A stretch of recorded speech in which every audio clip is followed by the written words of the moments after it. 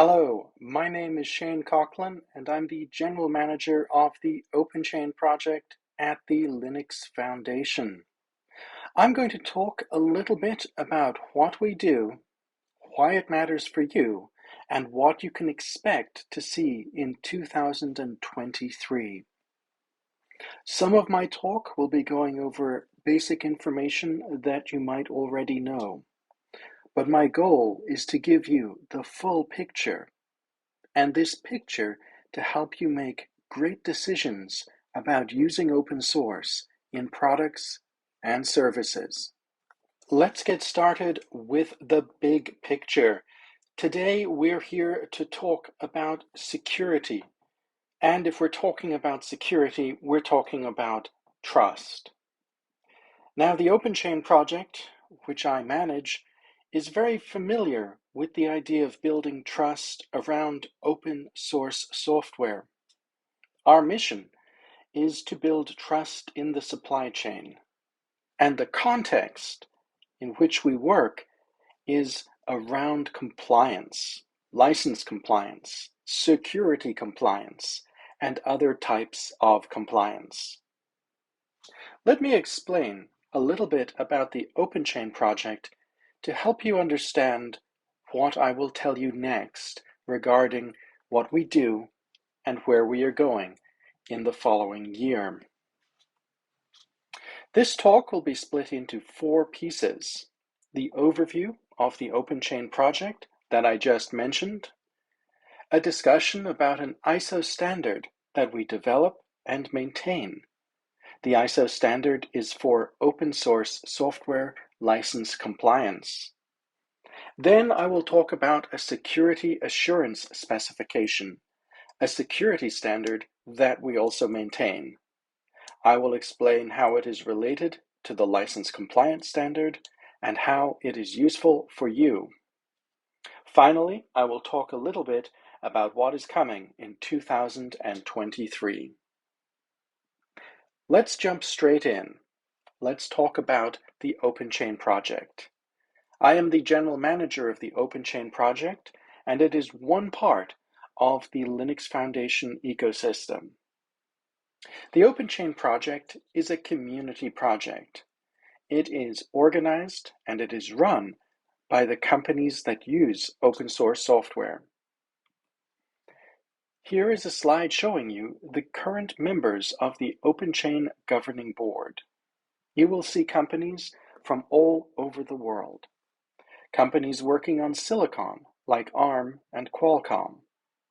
Companies working in automotive like Bosch, BMW, or Toyota. Companies operating in areas like telecommunications like Huawei, Ericsson, and Cisco, and many, many more. Google, working with Microsoft, working with Toyota, working with Sony, working with Comcast, working with Oppo, all with one shared mission: getting the maximum value from using open source software and engaging with the open source community. The OpenChain project works on trust in the supply chain, and it works on this from the perspective of compliance around licensing and compliance around security.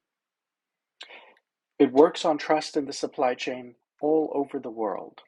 And to do this, it has many work groups and special interest groups and local user groups for companies to get together, to talk, to share knowledge, to share information, and to come up with new solutions and new ideas.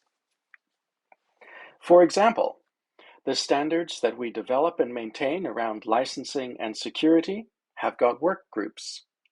We have a work group to build education material that will help people understand how to adopt these standards, how to create open source training, how to create open source policy, and so much more.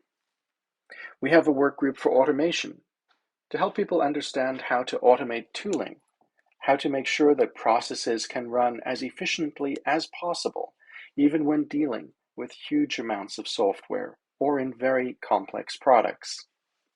And recently, we have just been starting work groups around public policy and export control. These provide an area for people to discuss and share knowledge on these topics.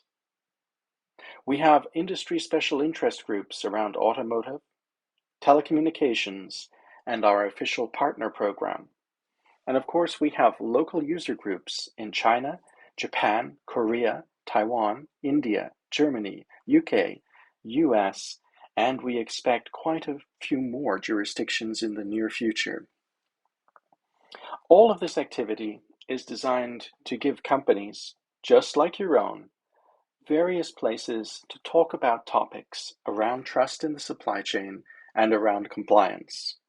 Sometimes the companies are sharing news. Sometimes the companies are building something together.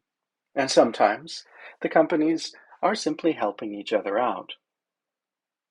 Now, of course, there's more than companies in the OpenChain ecosystem.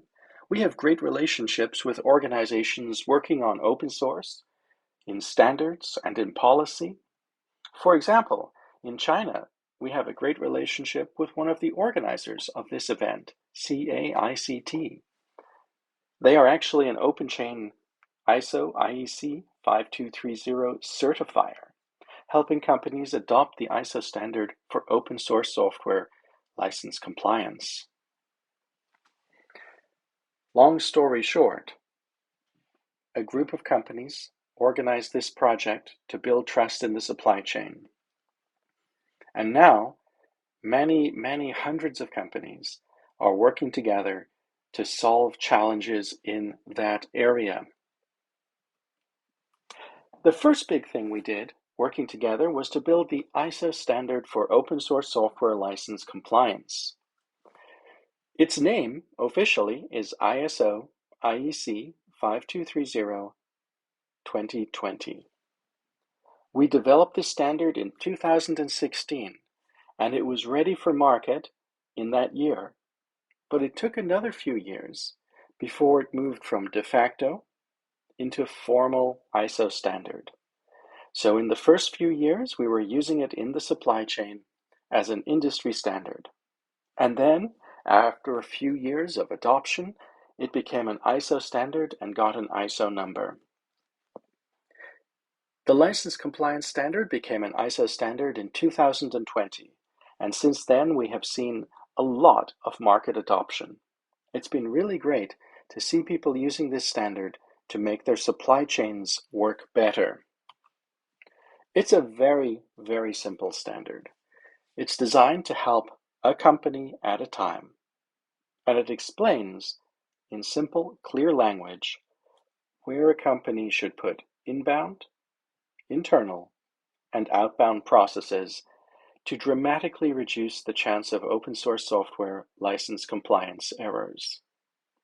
The idea is that as companies do this, less and less companies make mistakes, and the supply chain becomes more and more trusted. This is a very simple idea, but it is also a very powerful one, and it has helped the market a lot in the last few years. Companies using this standard save time and they save money. Customers of these companies know that their supply chain is going to avoid problems and be able to fix problems a lot faster. And of course, on the policy level, for decision makers, lawmakers, governments, they can know that this ISO standard removes uncertainty around open source software in social infrastructure. It is an example of our market becoming more mature. Now, with the license compliance standard being in the market and being quite successful, we were very happy with that happening to the supply chain. We thought it was a very big example of progress, and it addressed one of the biggest challenges around open source software and trust. However, about 2 years ago, we noticed that people were using our license compliance standard for open source security. There are very good reasons for this, because the basic approach for license compliance is very similar to the basic approach for security. For example, You want to identify the software coming into your company. You want to keep track of the software as you develop it in your company. And you want to double check what's going out when it comes to releasing products and solutions containing software. People were using the ISO standard for license compliance in security, and there was a lot of interest in this area. So we decided to help. We wrote a security guide explaining that if you wanted to use the license compliance for security, here are some of the most useful parts of that standard. But of course, our community wanted to think further. If people were talking about using a license compliance standard for security, it meant that there seemed to be a market gap. People using open source and wanting to get the basics of security didn't have an easy solution. There were many detailed solutions. For example, in certain industries like automotive, there's a functional safety standard, which goes into great detail about how to accomplish functional safety. But the basics of open source software and security were not standardized. So our community not only created a guide explaining how to use the license compliance standard, but they remixed the license compliance standard and made a very, very similar standard, but with the details changed to security. Just like the ISO standard for license compliance, this identifies inbound, internal, and outbound processes for a company that is working on open source software and security. Just like the license compliance standard, it's only about 7 pages long. And just like the license compliance standard, it's super easy to adopt and use. In fact, it's even easier in that if you use the license compliance standard, it's a small step to also use the security standard. The same is true in the other direction. If you start using the security standard, it is a small step to also use the license compliance standard. Anyway, the security standard is newer than the license compliance standard. The license compliance standard is already an ISO standard. The security standard came out this year. It will probably become an ISO standard next year. But it is ready for use today. Just like when we released the license compliance standard in 2016, our security standard in 2022 is ready as an industry standard, and we have self-certification and other ways to adopt it ready for you right now. For companies using the security standard now, they will automatically be conformant or automatically adopt the ISO standard when that is granted in 2023. This brings me neatly to the final part of the presentation. What is coming in 2023? In this talk, I have explained to you that there is a project working on standards around trust in open source. I have explained to you that the project started to build standards around open source license compliance. I have explained that the standard for open source license compliance became an ISO standard. And I have explained that this project is also working on security standards for open source. Just like license compliance, these are high-level approaches. The license compliance standard is about basic process management for license compliance. The security standard is about basic process management for security.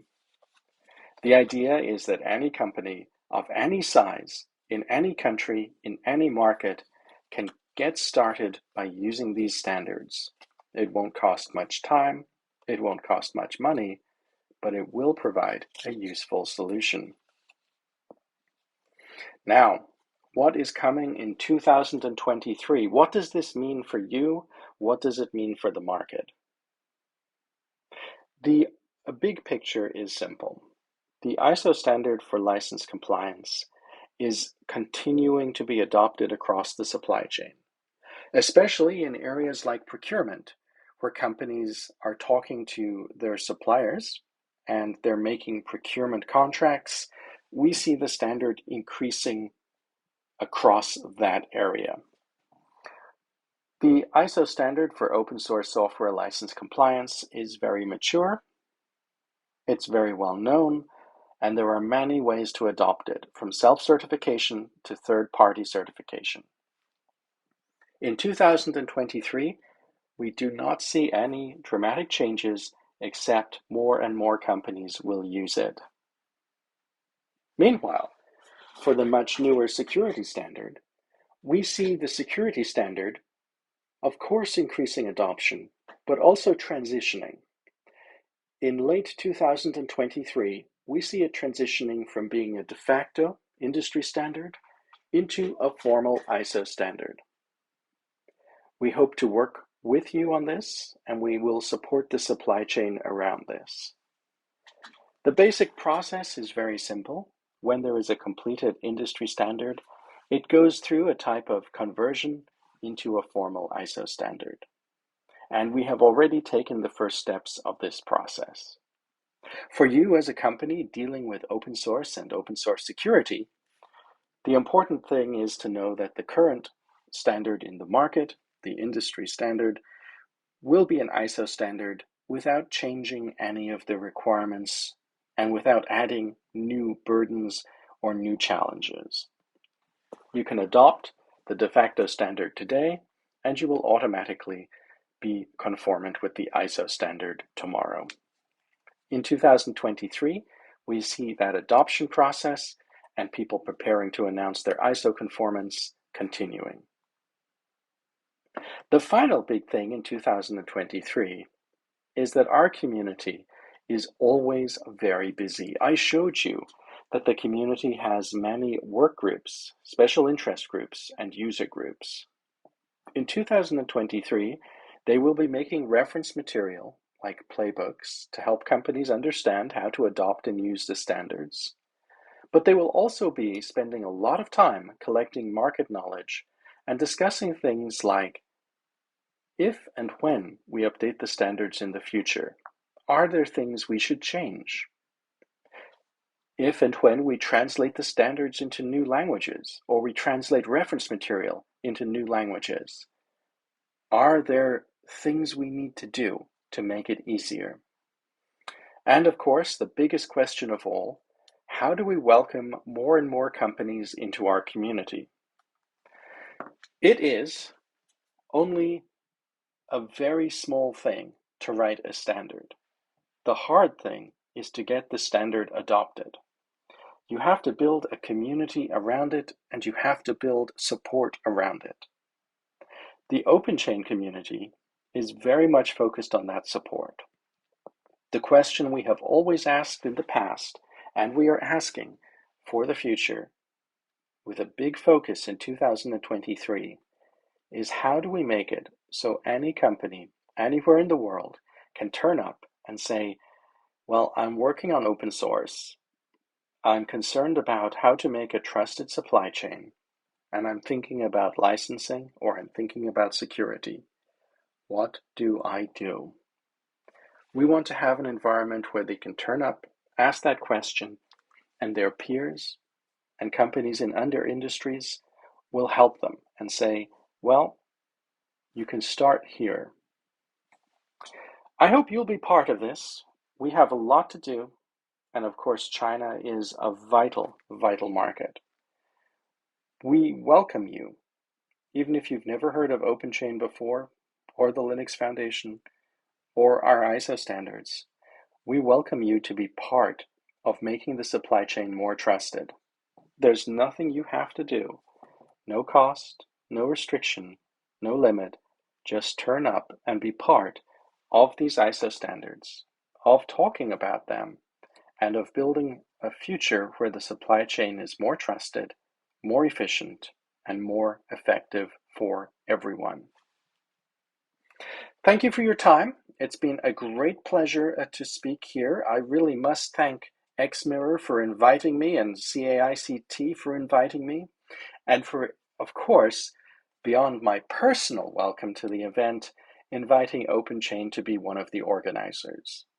You are all doing amazing work, sharing incredible knowledge, and I hope that we can have events like this shared around the world so people realize the type of great discussions, innovative companies, solving real challenges around open source, security, supply chain, and the future.